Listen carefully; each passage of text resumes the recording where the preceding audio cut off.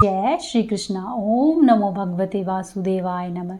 आज भाद्रपद माह के शुक्ल पक्ष की एकादशी तिथि है और आज के दिन परावर्तनी एकादशी मनाई जाती है। इसी को जयंती एकादशी, जलझूलनी एकादशी, वामन एकादशी व डोल ग्यारस के नाम से भी जाना जाता है। आज ही के दिन भगवान श्री हरि विष्णु करवट बदलते हैं। साथ ही श्री कृष्ण जी के जन्म के बाद आज ही के दिन माता यशोदा ने उनका जलवा पूजन किया था, इसीलिए इस दिन को डोल ग्यारस के रूप में भी मनाते हैं। इस दिन व्रत रखने और व्रत कथा सुनने से मनुष्य को वाजपेयी यज्ञ के समान फल मिलता है। तो आइए अब आपको सुनाते हैं अनंत फलों को देने वाली व्रत कथा। बोले श्री हरि विष्णु भगवान की जय, बोलो माँ लक्ष्मी की जय। एक बार की बात है, पांडुनंदन अर्जुन ने भगवान श्री कृष्ण से कहा कि हे प्रभु, भादव मास की शुक्ल पक्ष की एकादशी का क्या नाम है तथा उसके व्रत का क्या विधान है। उस एकादशी के उपवास को करने से किस प्रकार के फलों की प्राप्ति होती है। हे कृष्ण, कृपा करके यह सब समझाइए। तब श्री कृष्ण ने कहा कि हे पार्थ, भाद्रपद माह के शुक्ल पक्ष की एकादशी को जयंती एकादशी कहते हैं। इस एकादशी की कथा के सुनने मात्र से ही सभी प्रकार के पापों का नाश हो जाता है और मनुष्य स्वर्ग का अधिकारी बन जाता है। इस जयंती एकादशी की कथा से नीच मनुष्य व पापियों का भी उद्धार हो जाता है। यदि कोई धर्मपरायण मनुष्य एकादशी के दिन मेरा पूजन करता है तो मैं उसको संसार की पूजा का फल देता हूँ। जो मनुष्य मेरी पूजा करता है उसे मेरे लोक की प्राप्ति होती है, इसमें तनिक भी संदेह नहीं है। जो भी मनुष्य इस एकादशी के दिन भगवान श्री वामन का पूजन करता है वह तीनों देवता अर्थात ब्रह्मा, विष्णु और महेश की पूजा करता है। हे पार्थ, जो मनुष्य इस एकादशी का उपवास करते हैं उन्हें इस संसार में कुछ भी करना शेष नहीं रहता है। इस एकादशी के दिन भगवान विष्णु करवट बदलते हैं, इसीलिए ही इसे परावर्तनी एकादशी कहा गया है। यह सुनकर अर्जुन आश्चर्यचकित हुए और कहने लगे कि हे जनार्दन, आपके विचारों को सुनकर मैं भ्रम में पड़ गया हूँ। आप किस प्रकार सोते तथा करवट बदलते हैं? आपने बलि को क्यों बांधा और वामन रूप धारण करके क्या लीलाएं की थी? चातुर्य मास व्रत का क्या विधान है तथा आपके शयन करने पर मनुष्य का क्या कर्तव्य है? कृपया करके यह सब मुझसे विस्तार पूर्वक कहिए। तब भगवान श्री कृष्ण कहने लगे कि हे कुंती पुत्र अर्जुन, अब तुम समस्त प्रकार के पापों का नाश करने वाली इस पवित्र कथा को ध्यान पूर्वक सुनो। त्रेता युग में बलि नाम का एक असुर था। वह अत्यंत ही भक्त, दानी, सत्यवादी तथा ब्राह्मणों की सेवा करने वाला था। वह सदा ही यज्ञ, तप इत्यादि किया करता। अपनी इसी भक्ति के प्रभाव से वह स्वर्ग में देवेंद्र के स्थान पर राज्य करने लगा। देवराज इंद्र तथा अन्य देवताओं को उसका राजा बनना सहन नहीं हुआ और वे सभी देवतागण भगवान श्रीहरि के पास जाकर उनसे प्रार्थना करने लगे। अंत में मैंने वामन रूप धारण किया और तेजस्वी ब्राह्मण बालक के रूप में राजा बलि पर मैंने विजय प्राप्त की। यह सुनकर अर्जुन ने भगवान श्री कृष्ण से कहा कि हे लीलापति, आपने वामन रूप धारण करके उस बलि को किस प्रकार से जीता? कृपया करके यह सब विस्तार पूर्वक बताइए। तब भगवान श्री कृष्ण ने कहा कि मैंने वामन रूप धारण करके राजा बलि से याचना की कि हे राजन, तुम मुझे 3 पग भूमि दान में दे दो, इससे तुम्हें 3 लोक के दान का फल प्राप्त होगा। राजा बलि ने इस छोटी सी याचना को स्वीकार कर लिया और भूमि देने के लिए तैयार हो गया। जब उसने मुझे वचन दे दिया तब मैंने अपना आकार बढ़ाया और भूलोक में पैर, भुवन लोक में जंगा, स्वर्गलोक में कमर, महलोक में पेट, जनलोक में हृदय तथा तपलोक में कंठ और सत्यलोक में मुख रखकर अपने शीर्ष को ऊंचा उठा लिया। उस समय सूर्य, नक्षत्र, इंद्र तथा अन्य देवता मेरी स्तुति करने लगे। तब मैंने राजा बलि से पूछा कि हे राजन, अब मैं अपना तीसरा पग कहाँ पर रखूं? इतना सुनकर राजा बलि ने अपना सिर नीचे कर लिया। तब मैंने अपना तीसरा पग राजा बलि के सिर पर रख दिया और इस प्रकार देवताओं के हित के लिए मैंने अपने उस असुर भक्त को पाताल में पहुंचा दिया। तब वह मुझसे विनती करने लगा, तो मैंने उससे कहा कि हे बलि, मैं सदा ही तुम्हारे साथ रहूंगा। भादो मास के शुक्ल पक्ष की परावर्तनी नामक एकादशी के दिन मेरी एक प्रतिमा राजा बलि के पास रहती है और एक प्रतिमा क्षीर सागर में शेषनाग पर शयन करती रहती है। इस एकादशी के दिन भगवान विष्णु सोते हुए करवट बदलते हैं। इस दिन त्रिलोकीनाथ श्री विष्णु भगवान की पूजा की जाती है। इसमें चावल और दही सहित चांदी का दान किया जाता है और रात्रि को जागरण किया जाता है। इस प्रकार उपवास करने से मनुष्य सभी प्रकार के पापों से मुक्त होकर स्वर्गलोक को जाता है। जो भी मनुष्य पापों को नष्ट करने वाली इस एकादशी व्रत की कथा को सुनता है, उन्हें अश्वमेध यज्ञ के समान फल प्राप्त होता है। बोलो श्री हरि विष्णु भगवान की जय, बोलो एकादशी माता की जय, बोलो माँ लक्ष्मी की जय। अब आप सुनिए एकादशी माता की परम पुण्य देने वाली कथा। एक बार की बात है, एक राज्य में एक राजा था। वह अपनी प्रजा का बहुत अच्छे से ध्यान रखता और प्रजा भी राजा को बहुत पसंद करती। उस राजा की 2 बेटियां थी। राजा अपनी दोनों बेटियों से बहुत प्रेम करता था। राजा की छोटी बेटी दिखने में बहुत सुंदर थी और राजा की बड़ी बेटी छोटी बेटी के मुकाबले थोड़ी कम सुंदर थी। राजा की छोटी बेटी एकादशी माता की पूजा किया करती और सभी लोगों से बहुत ही प्रेम पूर्वक विनम्रता से बातें किया करती। इसीलिए ही सभी लोग राजा की छोटी बेटी से बहुत प्रेम करते और इसी कारण राजा भी अपनी छोटी बेटी को बड़ी बेटी से अधिक प्रेम करता था, जिसके कारण राजा की बड़ी बेटी अपनी छोटी बहन से ईर्ष्या करने लगी। राजा की दोनों बेटियां धीरे धीरे बड़ी होने लगी।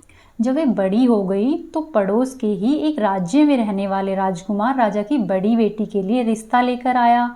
लेकिन जैसे ही उस राजकुमार की नज़र राजा की छोटी बेटी पर पड़ी तो वह राजकुमार राजा की छोटी बेटी पर आकर्षित हो गया और वह राजा की छोटी बेटी से विवाह करने के बारे में सोचने लगा। उस राजकुमार ने राजा की बड़ी बेटी के साथ विवाह करने से मना कर दिया और उसने राजा से कहा कि मैं आपकी छोटी बेटी से विवाह करना चाहता हूँ। यह सब देखकर राजा की बड़ी बेटी को अपनी बहन पर बहुत अधिक क्रोध आया। साथ ही राजा की बड़ी बेटी अपनी छोटी बहन को अपना सबसे बड़ा दुश्मन मानने लगी। राजा की बड़ी बेटी ने अपनी छोटी बहन से बदला लेने का निर्णय किया और उसने अपनी बहन को जान से मारने का निश्चय किया। वह उसको मारने के लिए विभिन्न प्रकार के उपाय सोचने लगी और राजा की बड़ी बेटी ने अपनी बहन को मारने के लिए सबसे पहले एक लड्डू में जहर मिलाकर अपनी बहन को दिया और उससे लड्डू खाने के लिए कहा।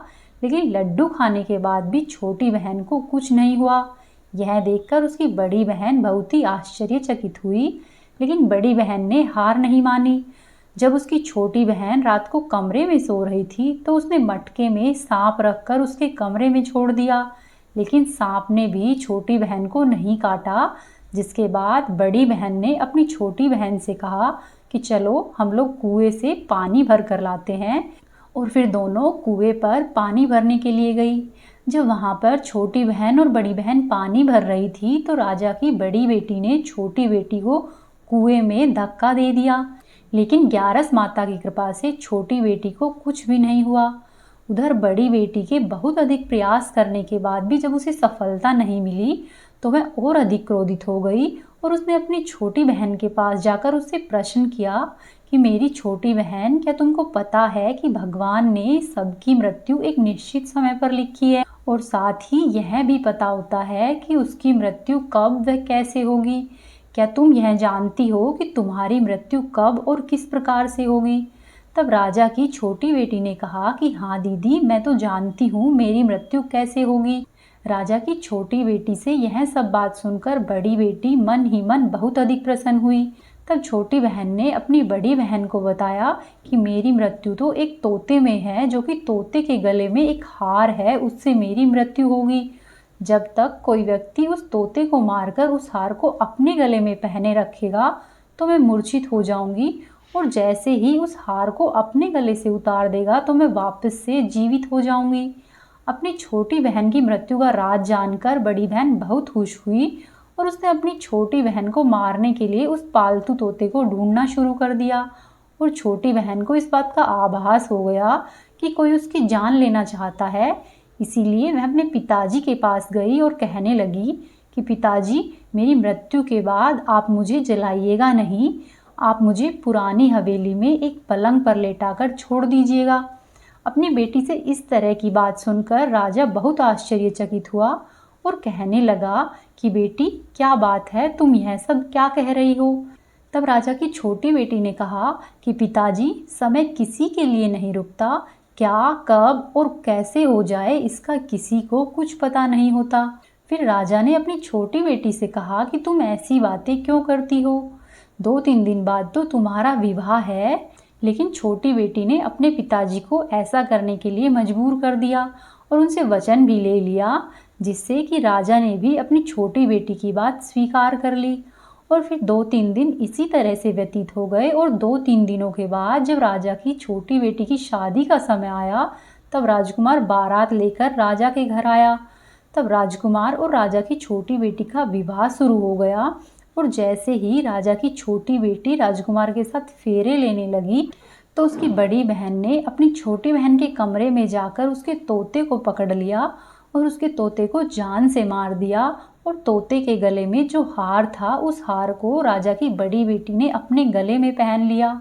और जैसे ही बड़ी बहन ने उस हार को अपने गले में पहना, तो उधर दूसरी तरफ राजा की छोटी बेटी ने 3.5 ही फेरे लिए थे और वह तुरंत ही मूर्छित हो गई। इसके बाद राजा ने बड़े बड़े वैद्य हकीमों को बुलाया और अपनी छोटी बेटी का इलाज करने के लिए कहा। राजा की बात सुनकर वैद्य ने छोटी बेटी को देखा तो राजा को बताया कि आपकी बेटी न तो जीवित है और न ही मरी हुई है। ऐसा हम पहली बार देख रहे हैं। तब राजा ने वैद्य और यह हकीमों को यह बात बाहर बताने से मना कर दिया और उनसे कहा कि अगर तुमने यह बात बाहर प्रजा में बताई तो मैं तुमको फांसी दे दूंगा। फिर राजा ने अपनी बेटी की इच्छा के अनुसार ही अपनी छोटी बेटी को पुराने महल में ले जाकर एक पलंग पर लेटा दिया और वहां पर कुछ सैनिकों को सुरक्षा के लिए तैनात कर दिया। इसके बाद जब राजा वापस अपने महल पर आया तो राजा की बड़ी बेटी अपने पिताजी के पास आई और कहने लगी कि पिताजी, अगर यह शादी संपन्न नहीं हुई तो आपकी इज्जत का क्या होगा? आप कहे तो मैं आपकी इज्जत बचाने के लिए राजकुमार से शादी करने के लिए तैयार हूँ। जिसके बाद राजा ने अपनी बड़ी बेटी की बात मान ली और राजा ने अपनी बड़ी बेटी को छोटी बेटी के कपड़े पहनाकर मंडप में भेज दिया। लेकिन राजकुमार यह जान गया कि यह राजा की बड़ी बेटी है, छोटी बेटी नहीं है। लेकिन जब राजकुमार ने शादी करने से मना कर दिया तो सभी लोगों ने राजकुमार को उससे शादी करने के लिए विवश कर दिया। इस तरह से बचे हुए फेरे राजा की बड़ी बेटी ने लिए और विवाह संपन्न हुआ। जिसके बाद राजकुमार राजा की बड़ी बेटी को लेकर अपने महल में गया और विवाह होने के बाद राजकुमार ने उससे ना तो बात की और ना ही उसे पसंद करता था और ना ही उसके आसपास भटकता था। और राजकुमार ने यह फैसला किया कि वह अपनी प्रेमिका को ढूंढ कर रहेगा और यह जानकर रहेगा कि आखिर उसके साथ क्या हुआ है। इसी तरह से धीरे धीरे दिन व्यतीत होने लगे। एक दिन राजकुमार अपने घोड़े पर सवार होकर राजा के महल के पास पहुंचा। वहां पर उसने कुछ सैनिकों को देखा और महल के पास जब राजकुमार गया और महल को ध्यान से देखा तो वह समझ गया कि यह तो हमारे ससुर का महल है। तब राजकुमार ने सैनिकों से पूछा कि तुम लोग यहाँ पर क्या कर रहे हो और उस महल के अंदर उस पलंग पर कौन लेटा है? जिसके बाद सैनिकों ने बताया कि यहाँ पर राजा की छोटी बेटी है। यह सुनकर राजकुमार को बहुत अधिक आश्चर्य हुआ, साथ ही वह प्रसन्न हो गया और वह तुरंत ही अपनी प्रेमिका के पास पहुंचा और उसकी सेवा करने लगा। जैसे ही रात हुई तो राजा की छोटी बेटी उठकर खड़ी हो गई। राजकुमार यह देखकर बहुत ही आश्चर्यचकित हुआ और उसने प्रसन्न होकर पूछा कि यहाँ पर तुम क्या कर रही हो? तुम मेरे साथ मेरे घर पर चलो। तब राजा की छोटी बेटी ने राजकुमार को सारी बातें कह सुनाई और बताया कि मेरी जान एक तोते में बसती थी। यह बात मैंने सिर्फ अपनी बहन को बताई थी और मुझे पता है कि उसने ही मुझे मारने का प्रयास किया है। उसके पास एक हार है जिसको वह सुबह पहन लेती है और रात्रि में उतार देती है। जब तक वह हार को पहनकर रखती है तब तक मैं मूर्छित रहती हूँ, और जैसे ही वह हार को उतार देती है मैं फिर से जीवित हो जाती हूँ। और जब तक मेरी बहन के पास वह हार रहेगा तब तक मैं जीवित और मूर्छित होती रहूँगी। अगर मेरी बड़ी बहन के पास जो हार है वो मेरे हाथ लग जाए तो मैं हमेशा के लिए जीवित हो जाऊंगी। राजकुमार यह सब बातें सुनकर राजा की छोटी बेटी के पास रहने का निर्णय लेता है, और उसने अपने बचे हुए सारे फेरे उस बेटी के साथ ही संपन्न किए और इस तरह से अपना विवाह पूर्ण कर लिया और वहीं पर ही वह रहने लग गया। देखते ही देखते कुछ समय में राजा की छोटी बेटी यानी कि राजकुमार की पत्नी गर्भवती हो गई। एक दिन राजकुमार को किसी काम से बाहर जाना पड़ा। तब छोटी बहन के पेट में बहुत तेज से दर्द होने लगा, जिसके बाद उसने माता का नाम लिया और एकादशी माता को याद किया। वहां पर एकादशी माता प्रकट हुई और उन्होंने अपने भक्त के दर्द को दूर किया और एक पुत्र की प्राप्ति करवाई। और फिर वहीं पर अचानक से राजकुमार भी आ गया। राजकुमार ने ग्यारस माता को देखा तो वह आश्चर्यचकित हो गया और उसने तुरंत ही ग्यारस माता को प्रणाम किया। तब माता ने राजकुमार से कहा कि जब यह तुम्हारा पुत्र 5 वर्ष का हो जाए तो तुम आकर अपनी पत्नी का हार इसके गले में डाल देना। देखते ही देखते समय व्यतीत हुआ और राजकुमार व राजा की छोटी बेटी का पुत्र 5 वर्ष का हो जाता है। तो राजकुमार अपने बेटे से कहता है कि बेटा, मैं कुछ काम से बाहर जा रहा हूँ, तुम अपनी माता का ध्यान रखना। और ऐसा कहकर वह वहाँ से चला जाता है। राजकुमार को वहाँ से बाहर निकलता हुआ बड़ी बहन के सैनिक देख लेते हैं और जाकर सारी बात बड़ी बहन को बता देते हैं, जिसके बाद बड़ी बहन अपनी छोटी बहन के पुत्र को वहाँ से उठवा लेती है और उसे मरवा देती है। छोटी बेटी के पुत्र के 2 टुकड़े करवा देती है। पहला टुकड़ा चक्की के पास छुपा देती है और दूसरा टुकड़ा अपने पलंग के नीचे रख लेती है। उसके बाद ग्यारस माता उनके घर पर भिखारी का रूप लेकर आती है और भिखारिन के रूप में बड़ी बहन के पास जाती है और भिक्षा मांगती है। तब बड़ी बहन अपने नौकरों से कहती है कि जाकर दरवाजे पर जो भी है उसे भिक्षा दे दो। नौकर जैसे ही ग्यारस माता को भिक्षा देने आते हैं तो माता उनसे भिक्षा लेने से मना कर देती है और कहती है कि मैं तो तुम्हारी महारानी से ही भिक्षा लूँगी।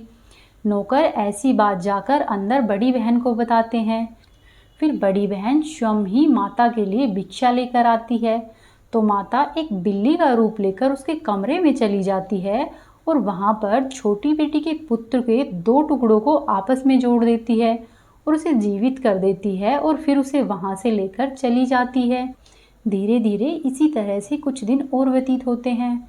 फिर एक दिन राजकुमार अपने पुत्र को बड़ी बहन के पास लेकर आता है और उससे कहता है कि ये मेरा पुत्र है, यदि तुम इसका अच्छे से ध्यान रखोगी तो संभव है कि मैं तुमसे बातें करना शुरू कर दूं। और फिर राजकुमार अपने बच्चे से कहता है कि तुम्हारी मम्मी से उसके गले का हार मांग लो। तो वह अपने पिता की बात मानकर राजकुमार का लड़का अपनी मम्मी के पास जाता है और कहता है कि मुझे आपका हार चाहिए। यह सुनकर पहले तो बड़ी रानी बहुत अधिक क्रोधित होती है, पर फिर उसको याद आता है कि राजकुमार ने कहा था कि अगर मैं इस बच्चे का ध्यान रखूंगी तो वह मुझसे बात करेंगे, जिसके कारण वह राजकुमार के बच्चे को वह हार दे देती है और वह तुरंत ही उस हार को ले जाकर अपने पिता को देता है। तब राजकुमार अपने बेटे को लेकर वहाँ से जाने लगता है और बड़ी बहन से कहता है कि तुम हमारे लिए खाना बना कर रखना, मैं शाम को तुम्हारे साथ ही खाना खाऊंगा। ऐसा कहकर वह अपने बेटे को लेकर वहाँ से चला जाता है। उसके बाद वह राजा के पास जाता है और जो सब बातें थी वह सब राजा को कह सुनाता है। राजा अपनी बड़ी बेटी की इस प्रकार की करतूतों को सुनकर बहुत अधिक क्रोधित होता है और राजा अपनी परवरिश को ही दोष देने लगता है और राजा राजकुमार को अपनी छोटी बेटी के साथ रहने के लिए ही आदेश देता है और बड़ी बेटी को दंड देता है। इस प्रकार से ग्यारस माता की कृपा से राजकुमार और राजा की छोटी बेटी सुखपूर्वक प्रेम से रहने लगते हैं। बोलिए एकादशी माता की जय, बोलिए माँ लक्ष्मी की जय, बोलिए श्री हरि विष्णु भगवान की जय। अब आप सुनिए माता लक्ष्मी की कहानी। एक बार की बात है, भद्रश्वा नाम का एक राजा राज्य करता था। वह राजा अत्यधिक पराक्रमी था। 4 वेद, 6 शास्त्र और 18 पुराणों का उसे ज्ञान था। उसकी रानी का नाम सूरज चंद्रिका था। वह लावण्यमयी, सुलक्षणी और पतिव्रता थी। उस दंपत्ति की 8 संतानें थी, 7 पुत्र और 1 कन्या। कन्या का नाम था श्यामबाला। एक दिन श्री लक्ष्मी जी के मन में आया कि राजा के गृह में चलकर निवास करे, जिसके कारण राजा अपनी प्रजा को और अधिक सुख देगा, क्योंकि गरीब के घर में मैं रहूंगी तो वहां पर सारी धन संपत्ति गरीब स्वयं पर ही खर्चेगा, लेकिन राजा के घर में रहूंगी तो मैं अपनी प्रजा में खर्चेगा और इस तरह से सभी का भला होगा। ऐसा सोचकर माता लक्ष्मी ने एक वृद्ध ब्राह्मण स्त्री का रूप लिया और हाथ में एक लकड़ी ली और उसका सहारा लेते हुए सूरज चंद्रिका रानी के महल के दरवाजे पर आकर खड़ी हो गई। बूढ़ी औरत को वहां पर देखकर एक दासी आई और उसने उस वृद्धा से पूछताछ की कि आप कौन हैं, कहाँ से आई है, आपका क्या नाम है। तब वृद्धा ने अपना नाम, पति का नाम, रहने का स्थान, इसकी सभी जानकारी दी। वृद्धा के रूप में माता लक्ष्मी कहने लगी कि मेरा नाम कमला है, पति का नाम भुवनेश है, हम लोग द्वारिका में रहते हैं। तुम्हारी रानी पूर्व जन्म में एक वैश्य की पत्नी थी। वह वैश्य बहुत ही दरिद्र था। हर दिन दोनों में लड़ाई हो जाती थी। उसका पति उससे बहुत मारपीट करता। वह इस हालत से बहुत अधिक परेशान हो गई और घर को छोड़कर चली गई। वन में बिना कुछ खाए पिए घूमती रही। उसकी यह हालत देखकर मुझे उस पर दया आई। धन संपत्ति देने वाली श्री लक्ष्मी जी की मैंने उससे कहानी सुनाई और मेरे कहे अनुसार ही उसने लक्ष्मी जी के व्रत का पालन किया। देवी लक्ष्मी उससे प्रसन्न हो गई और उसकी दरिद्रता को नष्ट कर दिया। संपत्ति से उसका घर भर गया और आनंद मंगल हो गया। जितने साल उसने लक्ष्मी व्रत का पालन किया उतने 1000 वर्षों तक उसे आनंद प्राप्त हुआ। उसने राजकुल में जन्म लिया, लेकिन रानी को अब अपने व्रत का विस्मरण हो गया है, इसीलिए ही मैं उसे यहाँ पर फिर से याद दिलाने आई हूँ। तब रानी की सेविका ने उससे लक्ष्मी व्रत की सारी जानकारी पूछी, पूजा विधि भी पूछी। तब वृद्धा रूपधारी श्री लक्ष्मी जी ने व्रत की जानकारी दी, उसका महात्म्य बताया और पूजा विधि बताई। इसके बाद सेविका ने वृद्धा को धन्यवाद दिया और रानी के पास उनका संदेश देने के लिए चली गई। वहीं राजमहल में रहने वाली रानी को अपने ऐश्वर्य पर बहुत अधिक घमंड था और इसके कारण ही जब उसने वृद्धा का संदेश सुना तो उसे गुस्सा आया और उसने वृद्धा ब्राह्मण को बहुत अधिक अपमानित किया और उसे जाने के लिए भी कह दिया। वहीं लक्ष्मी जी को यह बात मालूम नहीं थी। रानी के इस बुरे बर्ताव को देखकर वृद्धा रूपी लक्ष्मी जी ने वहां पर रहना पसंद नहीं किया। वह अपने खुद के निवास में ही वापस आ गई और जब वह वहां से वापस आ रही थी तो कुछ ही दूरी पर उन्हें श्यामबाला मिली, जो कि रानी की बेटी थी। और श्यामबाला ने उनसे जब पूछा तो वृद्धा ने सारी बात श्यामबाला को कह सुनाई। तब श्यामबाला ने वृद्ध स्त्री से क्षमा याचना की और लक्ष्मी जी को उस पर दया आ गई। तब श्यामबाला ने लक्ष्मी जी के व्रत की जानकारी ली और भक्ति भाव से वृद्धा के कहे अनुसार ही व्रत का पालन किया। व्रत को करने का परिणाम यह रहा कि सिद्धेश्वर नामक राजा के मालघर नाम का पुत्र था, उससे श्यामबाला का विवाह संपन्न हुआ और श्यामबाला को बड़ा वैभव प्राप्त हुआ और वह अपने पति के साथ राजभवन में रहने लग गई। इधर लक्ष्मी जी के क्रोधित हो जाने के कारण राजा भद्रसर्वा और रानी सूरज चंद्रिका का राज्य और उसका वैभव सब कुछ नष्ट हो गया और उनकी दशा बड़ी ही दयनीय हो गई। एक दिन सूरज चंद्रिका अपने पति से बोली कि अपनी बेटी का पति राजा है, आप ऐसा करो उसके पास जाओ और अपनी दशा बताओ, उसे अवश्य ही दया आएगी और वह कुछ संपत्ति जरूर देगा। भद्रसर्वा अपनी पत्नी के कहे अनुसार ही श्यामबाला के पति के राज्य में पहुंच गया और वहां पर जाकर वह एक तालाब के किनारे विश्राम करने के लिए बैठ गया। इतनी ही देर में श्यामबाला की कुछ दासियां जल भरने के लिए वहां पर आई। जब राजा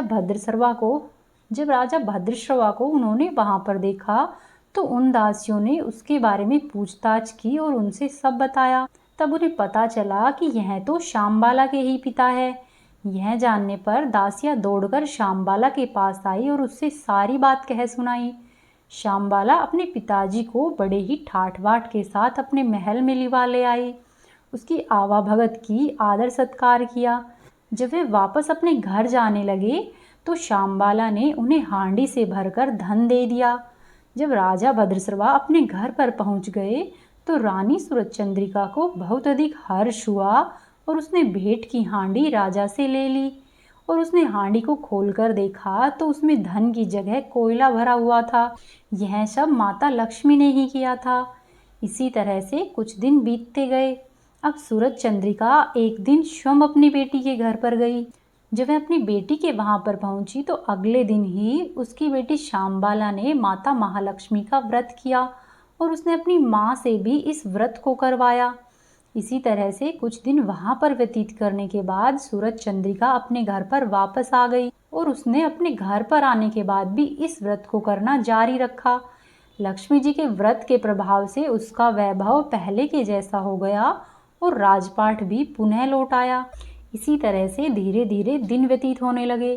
कुछ दिनों के बाद शामबाला अपने मायके में आ गई, लेकिन अपने पिताजी को कोयला दिया था, यह बात उसकी माता सूरजचंद्रिका के मन में थी।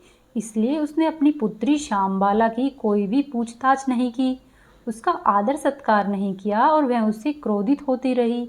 जब शामबाला वहाँ से अपने घर के लिए निकली तो उसने निकलते समय कुछ नमक ले लिया और जब वह अपने घर पर वापस आ गई तो उसके पति ने पूछा कि शामबाला मायके से क्या लाई। तब मैं बोली कि राज्य का सार लेकर आई हूँ। तब उसके पति बोले कि इसका क्या मतलब है।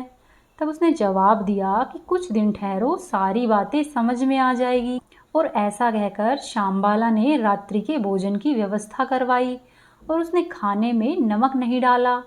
और रात्रि के समय भोजन के समय उसने अपने पतिदेव को भोजन परोसा तो उसके पति को बिना नमक का खाना रुचिहीन लगा। बाद में शामबाला ने उसमें कुछ नमक मिलाया और खाने के लिए दिया तो खाना रुचि में लगने लगा। तब मैं कहने लगी कि यह राज्य का सार है। उसके पति को यह सारी बातें समझ में आ गई और फिर दोनों हंसी खुशी अपना जीवन व्यतीत करने लगे। इस प्रकार से जो भी भक्त माता लक्ष्मी जी का व्रत श्रद्धा से रखेगा उसे लक्ष्मी की प्राप्ति होगी, सुख शांति होगी, साथ ही उसकी सभी प्रकार की मनोकामनाएं पूर्ण होगी। बोलो लक्ष्मी माता की जय, बोलो श्री हरि विष्णु भगवान की जय, बोलो एकादशी माता की जय। अब आप सुनिए गणेश जी की कहानी। एक बार की बात है, एक बूढ़ी माई गणेश जी की रोज पूजा किया करती। बूढ़ी माई का नियम था कि वह रोज पूजा के लिए मिट्टी के गणेश जी बनाती, उन्हें भोग लगाती, जल देती, वह उन्हें नन्हे बालक की तरह रखती। लेकिन बूढ़ी अम्मा को एक समस्या थी कि वह हर रोज जब गणेश जी को मिट्टी से बनाती, फिर भोग लगाती, उबटन पानी से स्नान कराती तो इतने में ही गणेश जी गल जाते। बेचारी बूढ़ी माई किसी तरह से अपनी पूजा संपन्न करती। एक दिन बूढ़ी माई के घर के सामने एक सेठ की हवेली बन रही थी। बूढ़ी माई को विचार आया कि यदि इन कारीगरों से कहकर मैं एक मूर्ति बनवा लूं तो मेरे गणेश जी फिर नहीं गलेंगे। बुढ़िया माई ऐसा विचार करके सेठ जी के पास गई और उसके मकान पर जाकर मकान बनाने वाले कारीगरों से बोली कि भैया मेरे गणेश जी रोज गल जाते हैं, आप लोग पत्थर से एक गणेश जी बना दो, मैं आप लोगों की बहुत आभारी रहूँगी। मैं कारीगर कुछ घमंड में बोला कि माई जितनी देर में तुम्हारे लिए गणेश जी बनाएंगे उतनी देर में तो सेठ जी की दीवार पूरी हो जाएगी। बुढ़िया माई ऐसा सुनकर बहुत दुखी हुई और अपनी कुटिया में वापस आ गई। उधर एक छोटे बालक ने भी जब यह सुना तो उसने कहा कि क्यों भाई बना दो ने गणेश जी। लेकिन कारीगर ने उस बच्चे को भी वहाँ से जाने के लिए कह दिया। तब बच्चे ने कहा कि जाता हूँ, इतना टेढ़ा बोलते हो, तुम्हारी यह दीवार भी तुम्हारी बोली की तरह ही टेढ़ी हो जाएगी। इतना कहकर वह बालक वहाँ से चला गया। बालक के जाने के बाद कारीगरों ने दीवार बनानी शुरू कर दी, लेकिन दीवार बनते बनते टेढ़ी होती जाए। दीवार पूरी करते करते शाम हो गई, लेकिन दीवार सीधी ही नहीं हुई। शाम को जब सेठ जी आए और उनसे पूछा कि आज हवेली बनाने का काम इतना कम क्यों किया है, तब मकान बनाने वाले कारीगरों ने बुढ़िया माई और उस बालक की सारी बात कह सुनाई। तब सेठ जी बुढ़िया माई के पास गए और जाकर कहने लगे कि हे माई, तुम हमारी दीवार सीधी करवा दो तो हम तुम्हें सोने के गणेश जी बनवा कर देंगे। यह सुनते ही गणेश जी ने तुरंत ही सेठ की दीवार सीधी कर दी। सेठ जी ने बुढ़िया माई को पूजा के लिए सोने का गणेश जी बनवा कर दिया और गणेश जी को पाकर बुढ़िया माई बहुत प्रसन्न हुई। वहीं सेठ जी अपनी दीवार को सीधी पाकर बहुत प्रसन्न हुआ। हे गणेश जी महाराज, जैसी आपने सेठ जी की दीवार सीधी की है, वैसे ही कहते सुनते सबके सभी कार्य सिद्ध करना। बोलो गणेश जी महाराज की जय। बोलो श्री हरि विष्णु भगवान की जय। बोलो एकादशी माता की जय। ये थी आज की कहानियाँ। उम्मीद है आपको पसंद आई होगी। वीडियो को लाइक करें, वीडियो को अपने दोस्तों और रिश्तेदारों के साथ शेयर करें और कमेंट बॉक्स में जय माता दी, जय श्री हरि, जय एकादशी माता अवश्य ही लिखें।